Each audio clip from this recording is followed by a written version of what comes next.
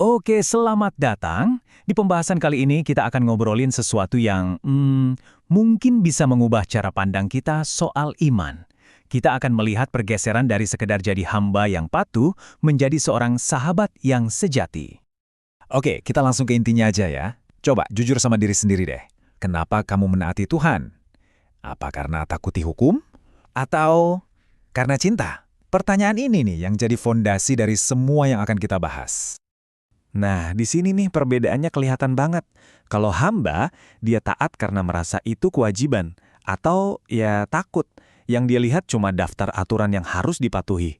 Tapi sahabat, dia beda. Dia taat karena cinta. Karena dia ngerti maksud baik di balik setiap aturan itu. Oke, kita masuk ke bagian pertama. Yuk, kita coba bongkar ketegangan yang sering banget kita rasain ini.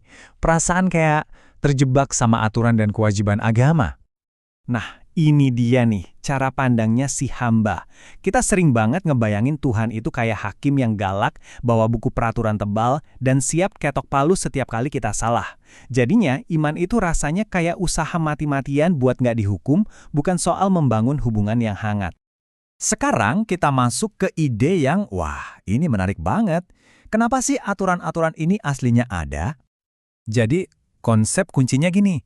Hukum yang tertulis itu sebenarnya adalah sebuah tindakan darurat. Ini bukan rencana A-nya Tuhan loh. Aturan-aturan itu ibarat pagar pengaman sementara yang dipasang waktu hubungan kita yang tadinya didasari cinta mulai retak. Coba kita lihat deh prosesnya gimana. Awalnya, di surga itu semuanya harmonis. Nggak perlu ada daftar aturan, karena kasih itu sendirilah hukumnya. Terus masuklah pemberontakan, kepercayaan jadi rusak. Nah, sebagai respons, Tuhan menambahkan hukum, kayak 10 perintah itu, bukan sebagai tujuan utamanya, tapi lebih kayak, ya, solusi darurat buat melindungi kita dari kehancuran. Nah, ini poin yang paling penting nih. Kalau kita cuma fokus ke pokoknya taat aturan, kita jadi kehilangan esensinya. Karena dari dulu sampai sekarang, tujuan utama Tuhan itu cuma satu, memperbaiki lagi hubungan persahabatan yang sempat rusak itu. Oke, di bagian berikutnya, kita bakal pakai satu perintah yang kita semua tahu banget untuk nunjukin betapa bedanya dua cara berpikir ini. Coba deh, renungkan sebentar. Perintah jangan membunuh. Apa sih yang bikin kamu patuh sama aturan ini? Motivasinya datang dari mana? Apa dari luar atau dari dalam diri kita sendiri? Dan ini dia yang ngegambarin perbedaannya dengan jelas banget. Buat seorang hamba, perintah itu ada di luar, di loh batu. Dia nggak membunuh ya karena takut dihukum, takut konsekuensinya. Tapi buat seorang sahabat, perintah itu udah ada di dalam hatinya. Dia nggak membunuh karena mikirin buat nyakitin orang lain aja udah bikin dia mual. Pokoknya itu bertentangan banget sama dirinya. Ada satu analogi yang keren banget buat ngejelasin ini. Bayangin ada toko perhiasan kebuka lebar, nggak ada penjaga, nggak ada kamera. Seorang hamba mungkin nahan diri nggak nyuri karena, ya, takut ketahuan nanti. Tapi seorang sahabat, karena memang karakternya begitu, dia bahkan nggak kepikiran sama sekali buat ngambil yang bukan haknya. Rasa hormatnya datang dari dalam. Dan janji di Alkitab ini nunjukin persis transformasi yang lagi kita omongin. Perpindahan hukum dari sesuatu yang eksternal, kayak batu, ke dalam hati kita, sampai jadi bagian dari diri kita sendiri.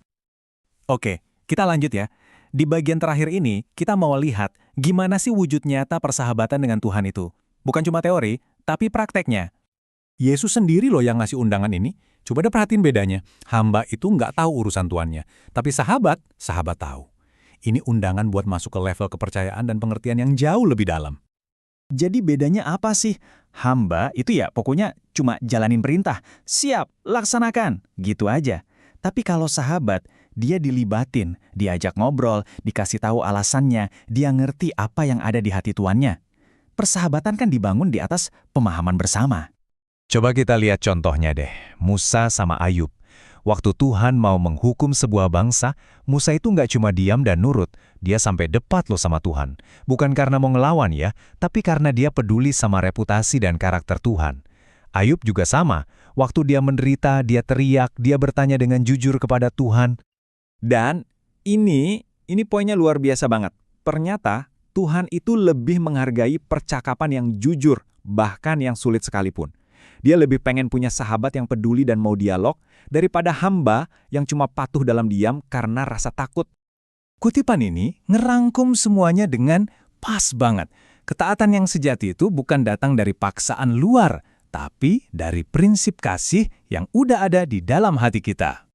Jadi pada akhirnya, perjalanan iman kita ini bukan cuma soal dapat stempel, sudah diampuni. Tapi ini adalah soal transformasi dari dalam.